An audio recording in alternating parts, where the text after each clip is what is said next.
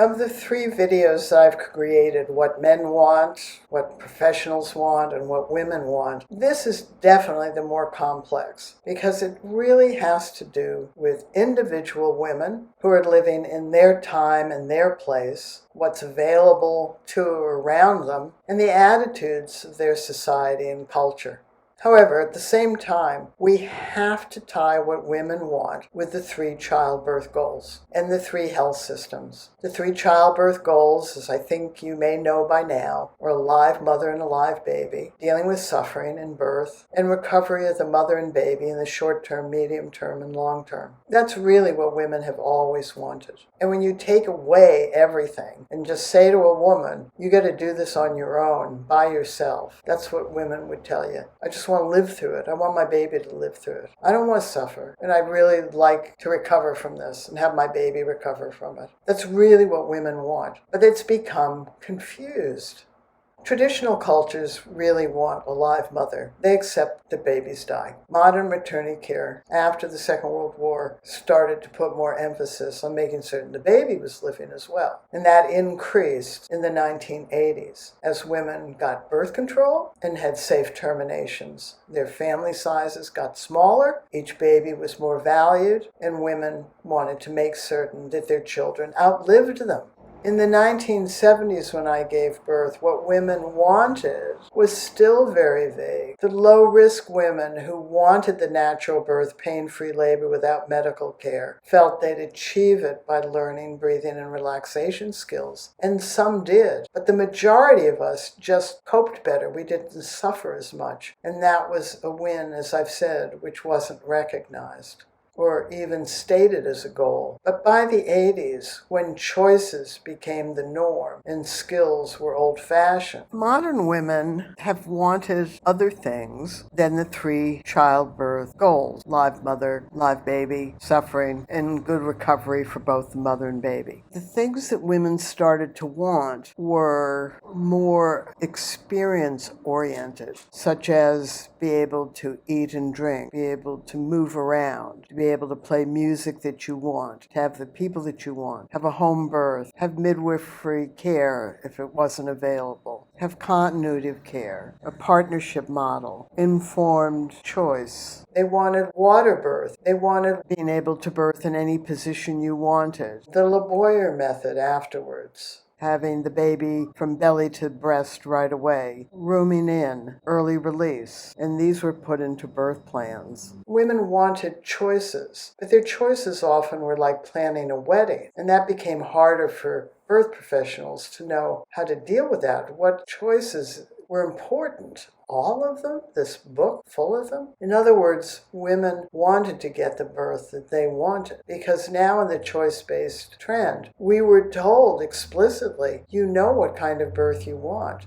So just make a birth plan. And you're paying for the birth professionals in the U.S., so you should expect that they deliver this to you. And they wanted all of this without any of the assessments or monitoring or procedures that were now called interventions. And we were told very explicitly from the mid-70s onward that interventions were imposed on women and unnecessary. So often women would not want anything done to them, whether it was a vaginal exam, listening to the heartbeat, an induction, an augmentation, so many things that women didn't want now. And all of this was with the expectation that birth was to be this highlight experience. And for some women, this ability worked brilliantly. There are many women out there that just had their ideal birth, and they feel that their ideal birth came from their ability to make choices. And they're probably right about it. There's no doubt that the assessments, monitoring procedures in the hospital was just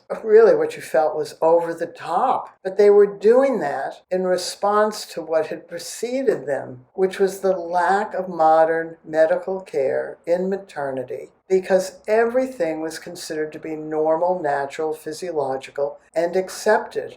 As modern families got smaller due to birth control and terminations, people in modern cultures became more risk-averse. At the same time, families were becoming more risk averse. The natural birth movement was growing on a global scale and encouraging people to not see pregnancy and birth as a risky life event because pregnancy, childbirth are normal, natural, physiological life events. And this was the period of time in which the meaning of those three words shifted dramatically from one implication that was accepted by traditional cultures as well as modern cultures, and a different interpretation promoted by the natural birth movement. Traditional women don't expect to have a reasonable birth memory or a highlight experience. Nor do they carry a lot of shame, blame, guilt, anger, frustration, or psychological birth trauma, although they may carry physical birth trauma. It's not part of the cultural norm. You just get on with it. Suffering is considered normal, natural, and accepted in countries that aren't modernized.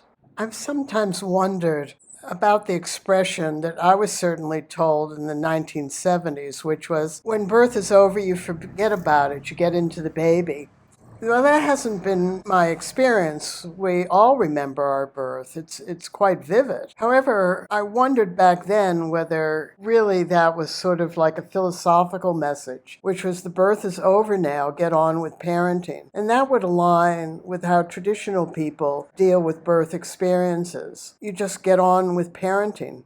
However, when modern women wanted more than just dealing with the 3 global health goals and they created birth plans, that's when I saw this huge rise in shame, blame, guilt, disappointment, anger, frustration, and trauma after a birth syndrome. It was related to not getting all of the things that women wanted on their birth plans.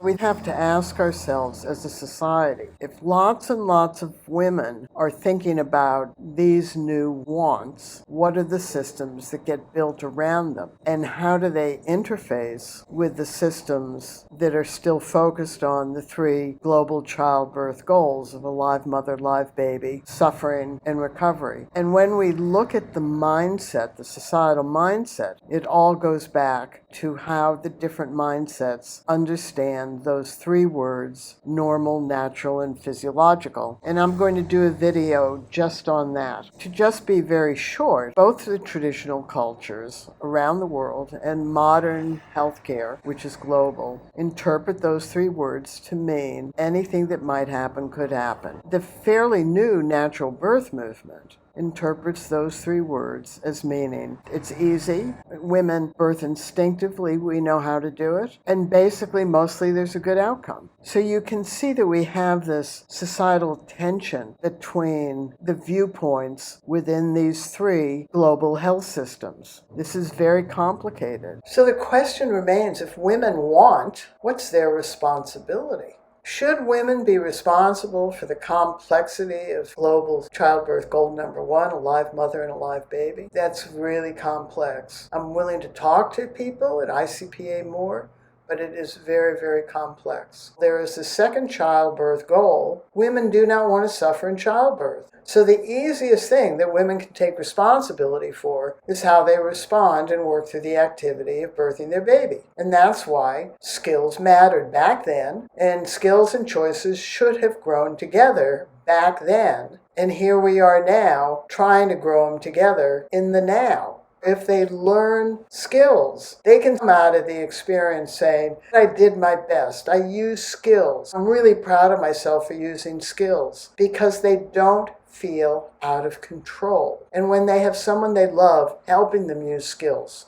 But birth classes are about information, not about how to do the activity. So should women be responsible for reducing suffering or being able to increase the ability to work through or to cope, deal with, to handle, to stay on top of and feel in control? Our belief is yes, women should be responsible for this. And their loved ones should be given the responsibility of being a skilled birth coach to help them do this, because it's hard work. It's what's called labor. It's bloody hard work. And we can't get out of the experience. And having a cesarean is still hard work. We can use our skills to be more invested and involved by using them on the way to the hospital while being prepped and in surgery, and in recovery when we have discomfort. Then we have to ask, should women be responsible for the global childbirth goal number 3, the ability for them and their baby to have good recovery in the short term, medium term, and long term? And they do want to recover, although this is such a taboo subject and something that I would like to work with ICPA members about even more, because this is a topic that I think needs to be explored more. We don't know how many women really recover well after a birth, whether it's a cesarean or whether it's a vaginal birth. We just assume they do. You're working with babies, so you know that there are some issues that babies have. And you're working with women after birth, so you know there are some issues as well. But it's hard, it's embarrassing for women to come up to anybody and say to them, look, every time I cough or sneeze, I pee. Pelvic floor stuff is much more prevalent, although originally when I gave birth in 1970, it was tied to having strong muscles and push your baby out. And that's inaccurate. We want to be open,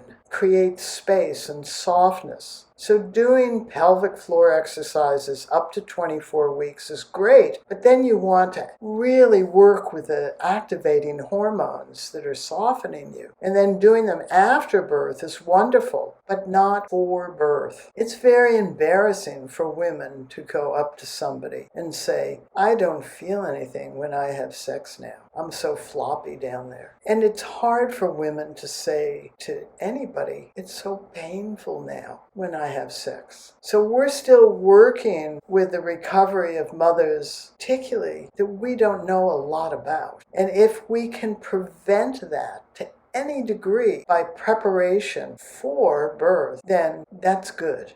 But it's not talked about. So it's not often included really in what women want when they think about their coming birth.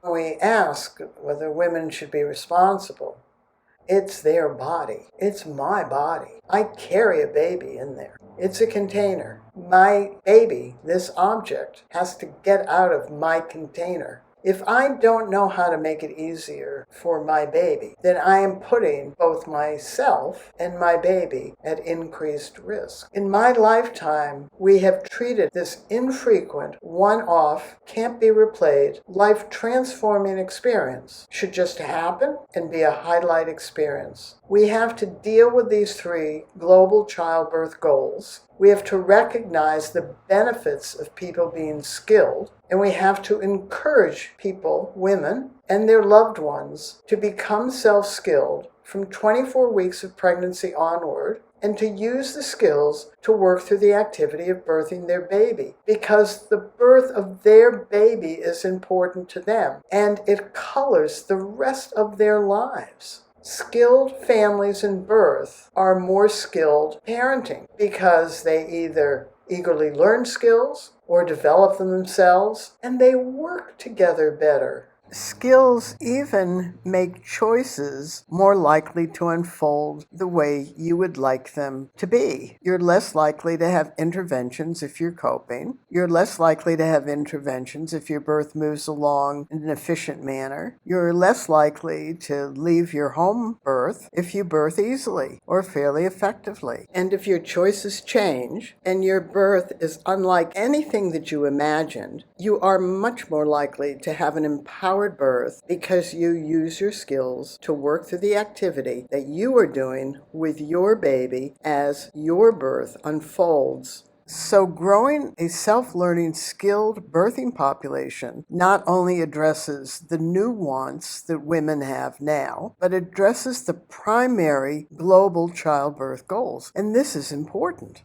So what women want is complex. What women can do for themselves is not complex. Make a birth plan all you want, but expect to do the activity. And if you're going to do the activity, be a smart cookie. Become skilled. Pick which skills-based method you want or more, but they should include your ability to open up this container and create space for this object inside. And preparation of your vagina, You want to learn how to have a progressing labor. If you labor, you don't want to linger for hours and hours. So you want to understand how your postures and positions impact your baby. There's a lot of effort to turn babies, to put them in a better position, but you want to work on your body on behalf of your baby. Your Webster chiropractor is working on your body on behalf of you and your baby. It is a wonderful skill that ICPA chiropractors are doing. And you can do more for yourself when you